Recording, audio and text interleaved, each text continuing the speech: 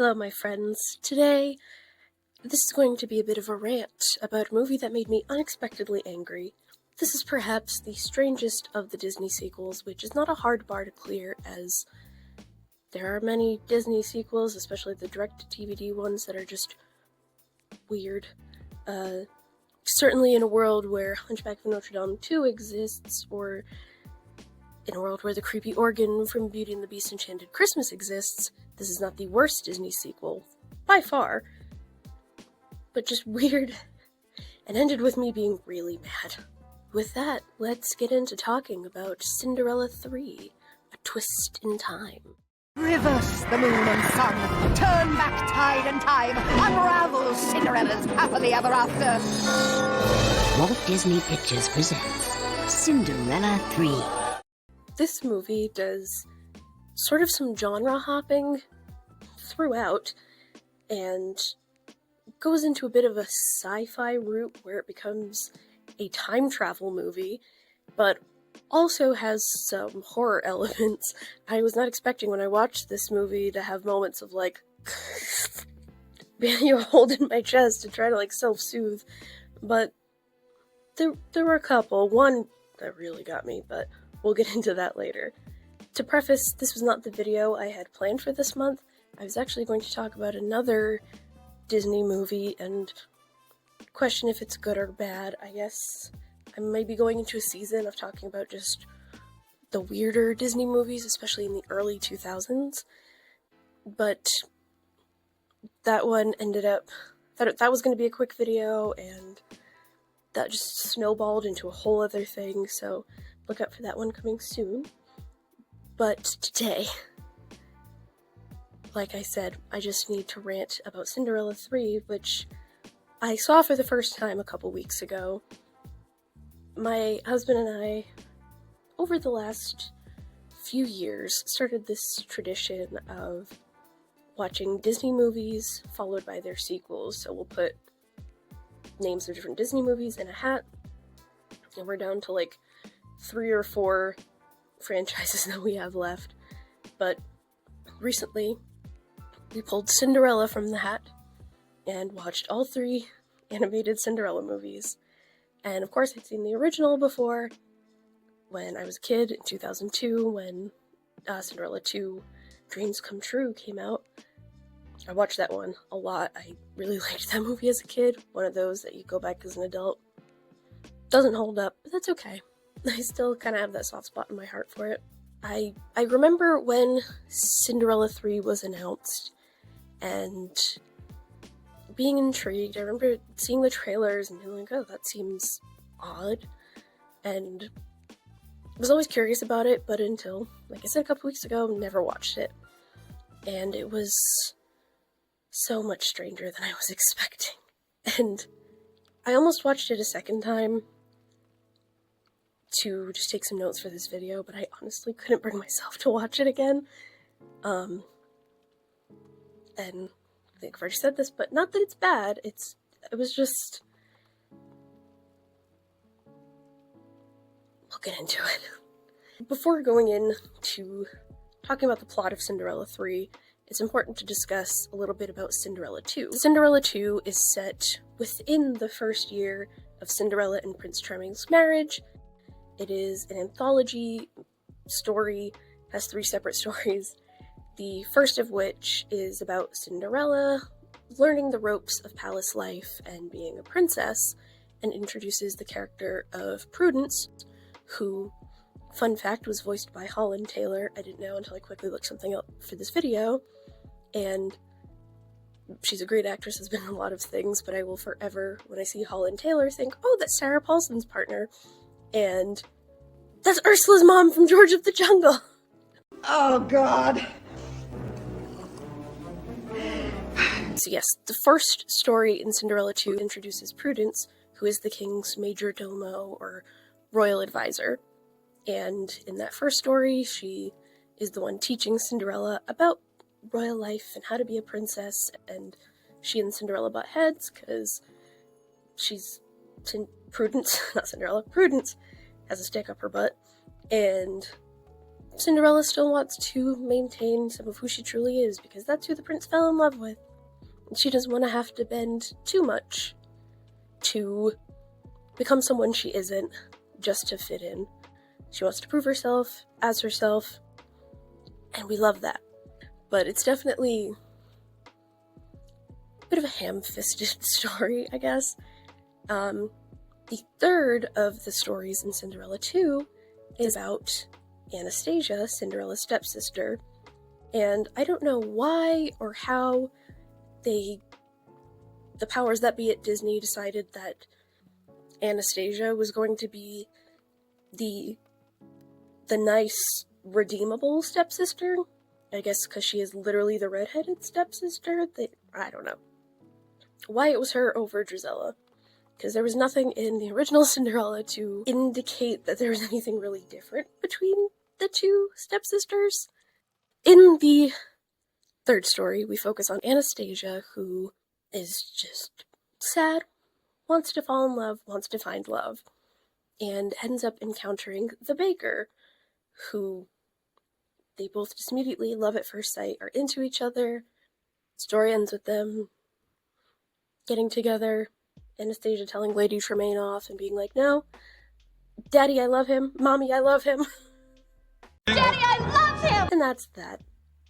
Everyone's happy. Well, maybe not Lady Tremaine, but she's just a miserable bitch. One weird thing I picked up on as I was getting ready to do this video is that none of the human men in the Disney Cinderella movies have names, or we don't know their names. They've been around since 1950 and they still don't have a name. What's your name? They've never given me a name. I've been around since show 1 and I still don't have a name. Yes, a VeggieTales reference. Welcome to me. You never know what you're gonna get. But yeah, you have Prince Charming. Charming is not his first name. That's a Shrek thing. You have the King, the Grand Duke, the Baker, the whatever. No, none of these guys have names. At all. The animals do, though. You have Jacques and Gus Gus and Lucifer and Bruno, etc. And I don't have much of a follow-up thought to that. I don't know why that's the case, I guess. This is just a true girl power franchise. Which, I mean, here's the thing. My favorite Disney princess has always been Aurora. Just since before I can remember, I've been collecting Aurora stuff. I've just always had Sleeping Beauty stuff, like, literally within reach. I have one of my Briar Rose pop. I have another Briar Rose over there. I have Briar Roses and Auroras everywhere. But I have always loved Cinderella. What do you guys want to do first when you get there?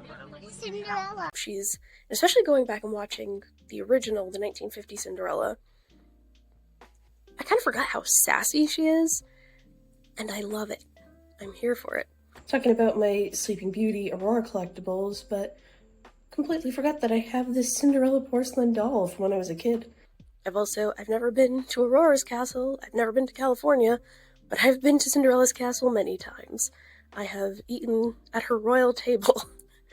I've sat in her throne. I think it's actually supposed to be the fairy godmother's throne. Which it's funny that she gets her own throne in Cinderella's castle in Magic Kingdom. But she's barely in any of the Cinderella movies.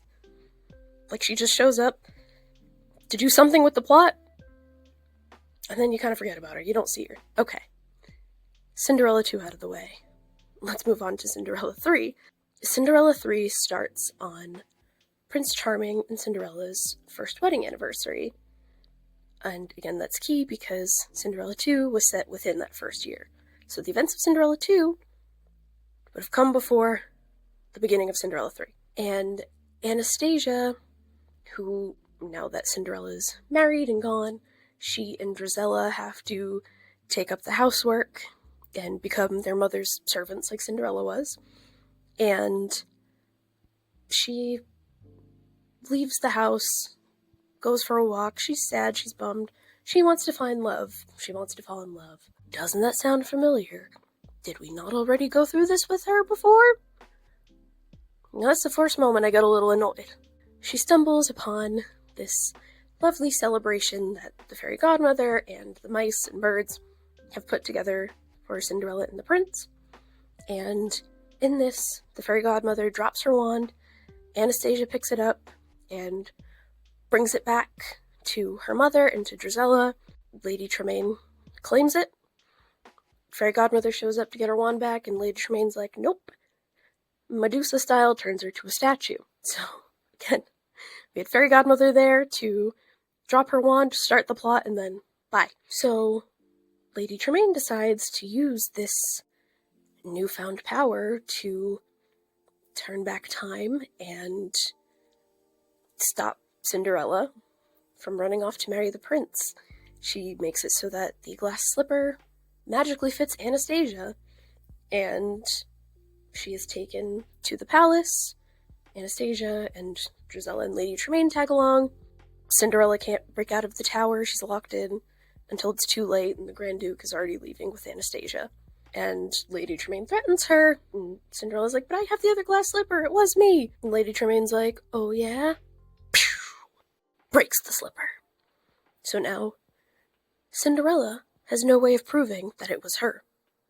The Tremaine girls, ladies, women, arrive at the palace, and the prince is excited, thinking, oh, I'm going to meet the girl that I fell in love with. And he walks in and is like, wait, no, it wasn't you. And I do feel bad for Anastasia, though. Like, I don't know why they made her such a sad sack in these sequels. But you do really, you're like, oh, I'm sorry. He goes to walk away, he's like, I'm sorry to have wasted your time, I need to go figure this out.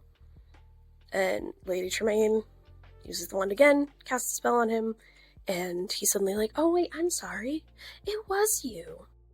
They go on to do some wedding preparations, and in the meantime, Anastasia takes some time to meet the king and get to know him, and he's talking about true love, and you see that Prince Charming's mother kind of looked like Anastasia. She was clumsy, she was a redhead, she was, not refined and elegant in the way Cinderella is. And honestly, by the end of this one, I was like, wow, Anastasia is more relatable, by far, than any Disney princess. Cinderella is trying to break through the spell, trying to get to the prince and be like, hey, I know this other girl fits the slipper somehow, but it wasn't her, it was me, remember? Lady Tremaine just keeps escalating the magic and just using it to find ways to be like, nope, he doesn't remember you, he doesn't love you, he wants Anastasia. And eventually, Cinderella breaks through the prince, is like, it's me!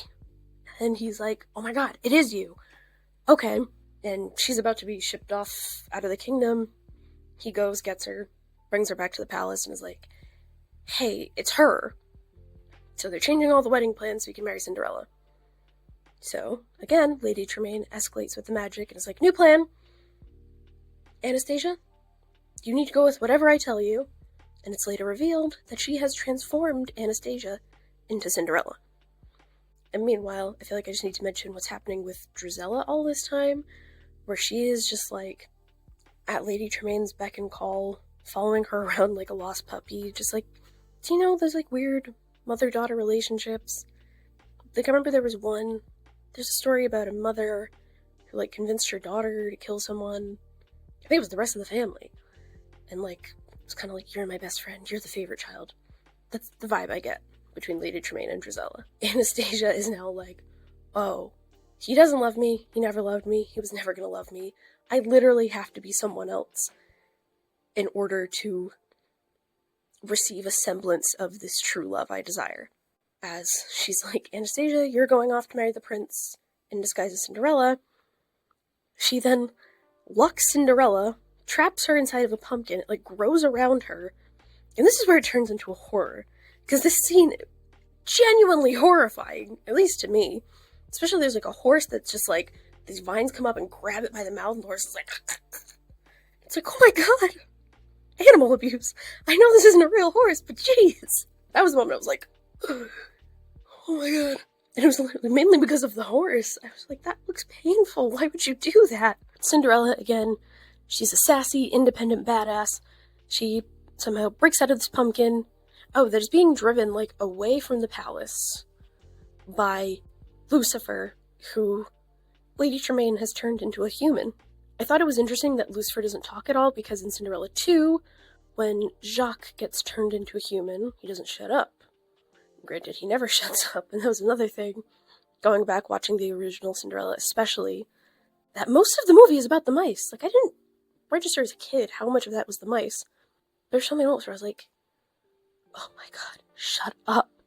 I go back to Cinderella. And the thing is, I like Jacques, I like Gus, I like the mice.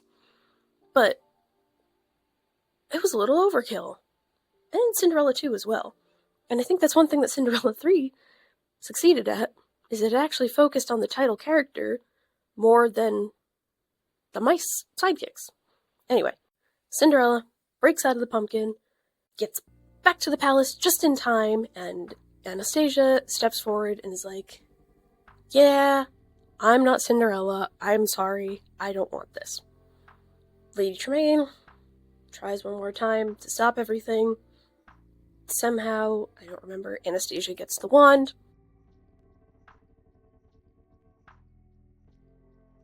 So she turns back into herself, into her true form, and the fairy godmother becomes unstatuified.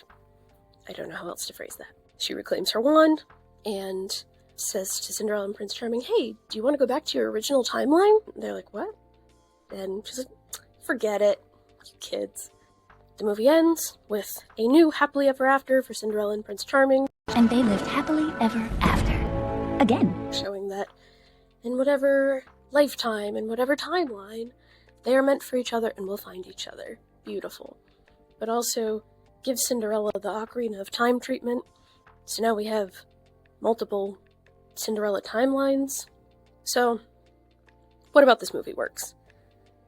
The story isn't terrible. Like I said, it's the first time we have a Cinderella movie from Disney where the mice aren't more of a focus. We actually see Cinderella and her, being like, I'm gonna fight for what I want. I know I don't know this guy, but I know it. It's true love. We need to be together. I'm going after it. Awesome. We love a strong, independent woman. A babe with the power, if you will. The songs aren't bad either. Some of them I was like, oh, it's actually really good. And even my husband, I was surprised he said this, but it was during the first song of the movie. He turned and he was like, I will say, these songs aren't terrible. Those lyrics aren't like 100% great, but definitely better than the songs in Cinderella 2. Which, again, those Cinderella 2, not good. But that like, bippity, boppity, bippity, boppity, just like, it's a bippity bop. It's not, but to me it is. Sorry. Definitely better music than the second Cinderella, but like, the songs in the original are just so classic. I love, love, love the songs of Cinderella. And the animation in Cinderella 3 is really good. I was very surprised, especially for a Disney like direct-to-DVD. They definitely worked hard on this. And I was really impressed by how seamless, because there are moments where it's like a moment from the 1950 original Cinderella, and it's showing like time rewinding and that moment being taken away. So they have to reanimate these scenes, and it was seamless, where the whole time I'm watching, I'm like, are they using the footage from the original and then drew over the cells and created this new artwork, or did they completely reanimate it, didn't use any of the original artwork, but they just did a really good job and it really looks like it? I'm not sure, but it was very impressive. Again, the tonal shifts are a bit weird to me, and just that it's like, okay, we have a Cinderella time travel movie, but also then it goes into like a bit of horror, but then it's back to, fantasy and romance. Okay, now here is what got me pissed off. The timeline within the movie, not the whole timeline split thing. I can accept that. Again, Ocarina of Time. I got it. I understand. But within the movie itself, makes no sense.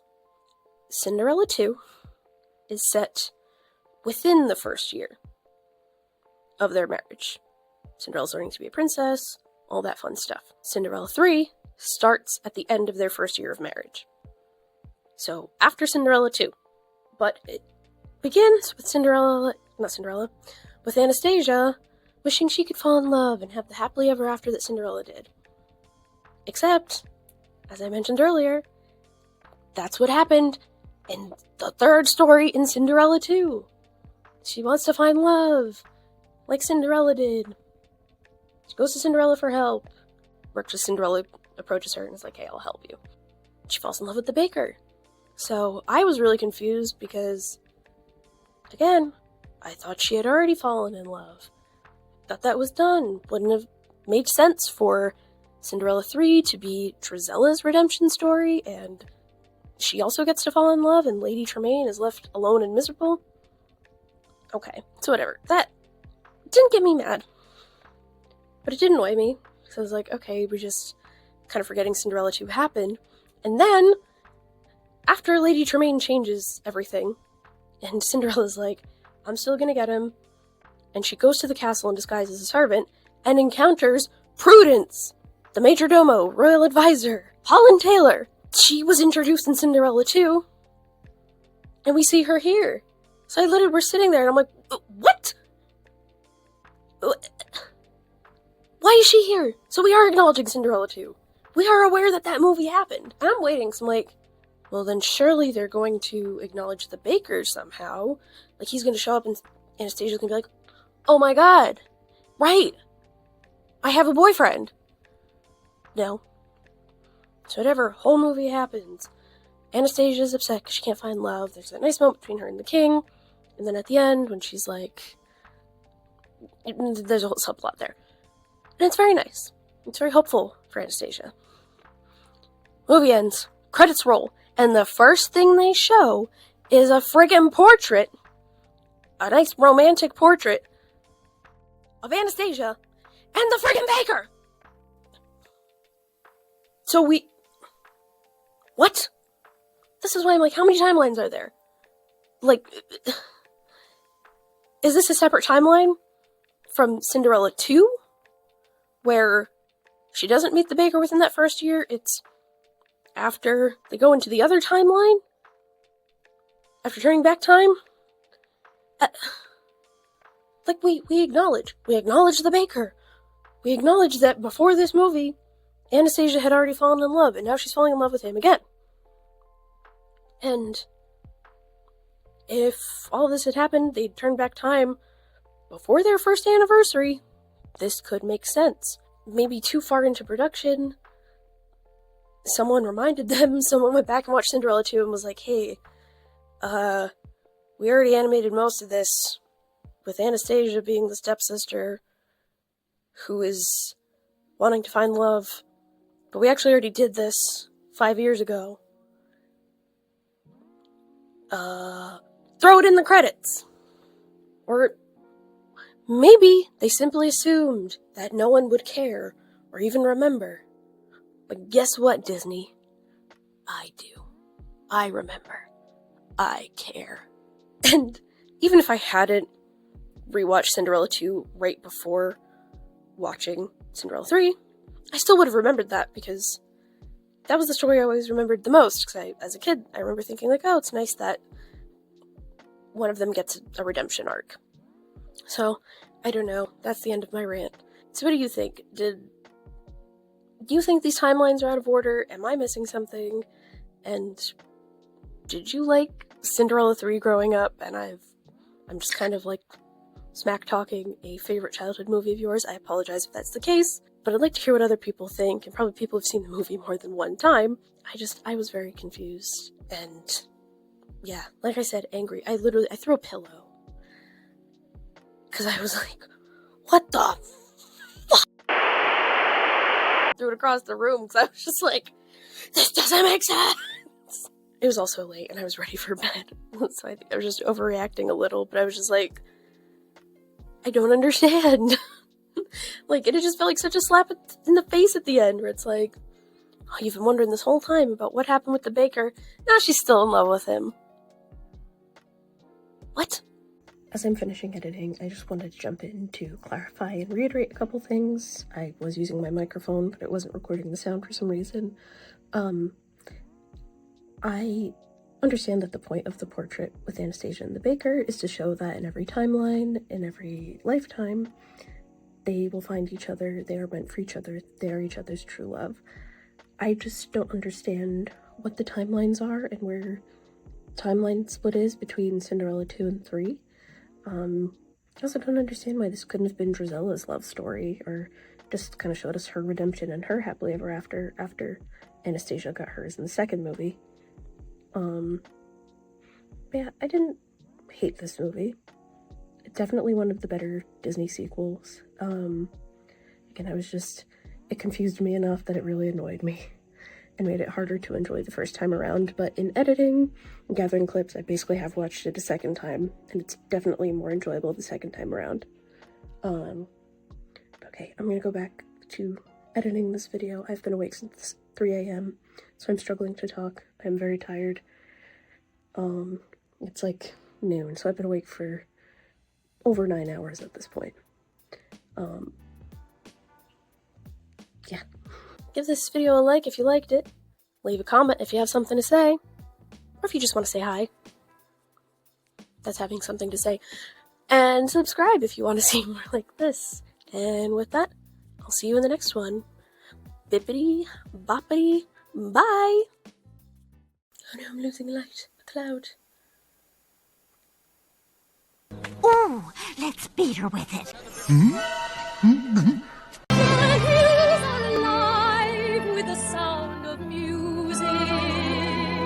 Lifeless eyes, black eyes like a doll's eyes.